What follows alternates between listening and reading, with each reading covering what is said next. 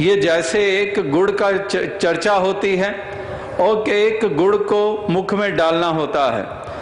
गुड़ की चर्चा करने वाले उसके स्वाद का अनुमान नहीं लगा सकते हैं, वो महसूस नहीं कर सकते हैं, केवल अनुमान होते हैं। कोई किसने गुड़ ना चखा हुआ हो, गुड़ का नाम सुना हो और उसके सामने हम ये बात कहें कि गुड़ का स्वाद कैसा होता है, तो वो केवल अनुमान लगाएगा कि गुड़ का स्वाद ऐसा हो सकता है, किसी बताशे की तरह हो सकता है, कोई चीनी की तरह हो सकता है, किसी खोए की तरह हो सकता है। जो जो उसने खाया हुआ है उससे वो मिलान करता जाएगा, केवल अनुमान है।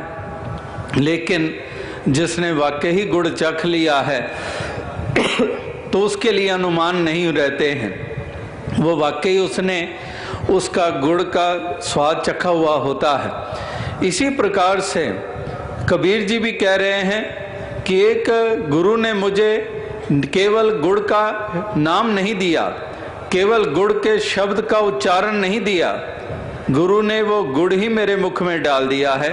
बाकी कोई अनुमान रह ही नहीं गए, बाकी कोई संशय रह ही नहीं गए, बाकी कोई भ्रम रह ही नहीं गए। इसलिए मैं हकीकत का वाकिफकार हो गया हूँ। तो ये इसी तरह से तमाम संत महात्मा भक्तजन यही बात कह रहे हैं कि मानव इंसान तो इस परमात्मा ईश्वर इस निराकार का बोध हासिल कर लें। ये परमात्मा तुझसे दूर नहीं है, मोको कहाँ ढूंढे बंदे मैं तो तेरे पास में। कि जिसका बोध हासिल करना है ये तेरे से दूर नहीं है, ये तेरे करीब है। केवल महापुरुष संत जन यही एक इशारा करते हैं कि वाकई जिसको तू दूर मान रहा था ये तो करीब था, इससे करीब कुछ हो ही नहीं सकता। और इसका इतना बड़ा पसारा है कि दूर से दूर भी अगर तू कहे तो तब भी यही है, और नज़दीक से नज़दीक भी अगर तू चाहे तो यही है। इसलिए ये जो परमात्मा जिसदा उरला कंडा कोई नहीं, जिसदा परला पार नहीं, कि ऐसा परम अस्तित्व जो कण कण में व्याप्त है, तो इस तरह से ऐसी परम सत्ता, ऐसे ईश्वर निराकार दातार का बोध हासिल करना है तूने। और केवल एक शख्स ने नहीं, केवल एक इंसान ने नहीं, केवल राजस्थान में रहने वाले ने ही, जो भी इंसान के रूप में पैदा हुआ है, हर शरीर में आत्मा है। और मानुष जन्म दुर्लभ है, जो कहा गया कि ये बार बार हाथ नहीं जन्म आता।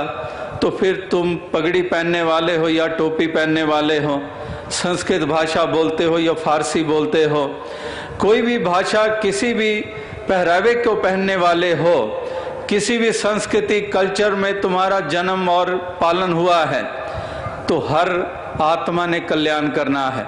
इसलिए हर आत्मा के कल्याण के लिए महापुरुष संत जन ये संदेश देते आए हैं, ये उपकार करते आए हैं कि मानव तू अपना मूल पहचान कर ले। तेरा मूल क्या है?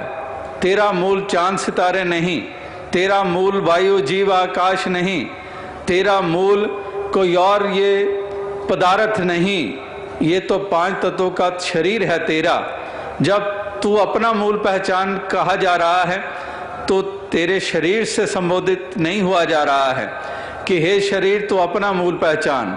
ये तो 5 तत्व हैं, तो 5 मूल तत्व में ये समाई जाते हैं तत्व, लेकिन तू अपना मूल पहचान कि तेरा अपना मूल यानी कि आत्मा से संबोधित है, कि आत्मा तो अपने मूल को जान ले कि तेरा मूल क्या है। ये मिट जाने वाले, जल जाने वाले, ये जितने भी स्वरूप हैं, ये तेरा मूल नहीं है। आत्मा तो अविनाशी की अंश है, और ऐसे मूल की पहचान तू आत्मा कर लेगी तो तेरी फिर भटकना नहीं है। तेरे लिए फिर वो भरम मिट जाएंगे, तजो सब भरम, कि एक भरम सारे नाश हो जाते हैं। कि एक संशय विहंग उड़ावन हारी, कि जैसे एक पंछियों को भी उड़ाने के लिए कोई आवाज़ करता है, कोई कनस्तर पीटता है, कोई हाथ से ताली ही बजा देता है, और जैसे ताली के बजाने से वो परिंदे, वो पंछी उड़ जाते हैं, फसल नष्ट होने से बच जाती है। तो इसी प्रकार से ये हमारे संशय भ्रम भी, ये भी पंख लगाकर उड़ जाते हैं जब वाकई ही ये ज्ञान की ताली लगती है, जब ये एक हमें रोशनी मिलती है।